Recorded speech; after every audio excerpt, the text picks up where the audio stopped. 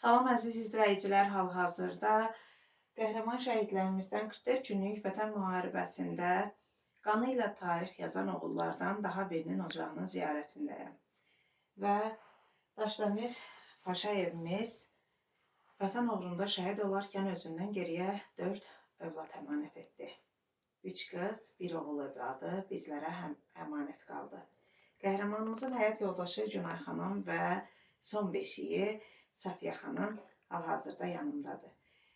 Şəhidimiz mənim bir neçə kitabımda yer almışdı. Həmçinin həmin kitablar arasında məhz İranda 2 dildə nəşr olunan Torpağın Aşiqləri kitabında yer alır ki, bu kitabda həm Latın əlifbasından, yəni Azərbaycan dilində, həm də fars-ərəb dilində şeirlərim nəşr olunub.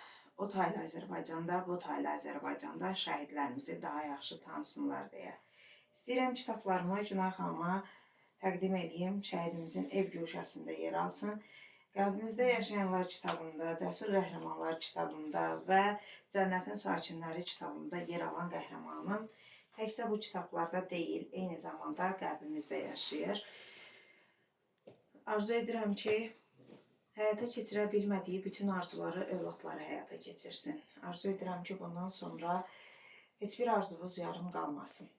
Şəhidimizin ruhu hər zaman övladlarının qazandığı uğurlara baxaraq sevinsin. Əgər sizin sözünüz varsa, ürəyinizdən keçənlər varsa, sizi də işləyək. Size teşekkür ederim. Geldiğiniz için çok sağ olun. Allah razı olsun. Tüm şehitlerimizi yad edin. Allah rahmet eylesin. Tüm şehitlerimizi yeri beşliyorsun.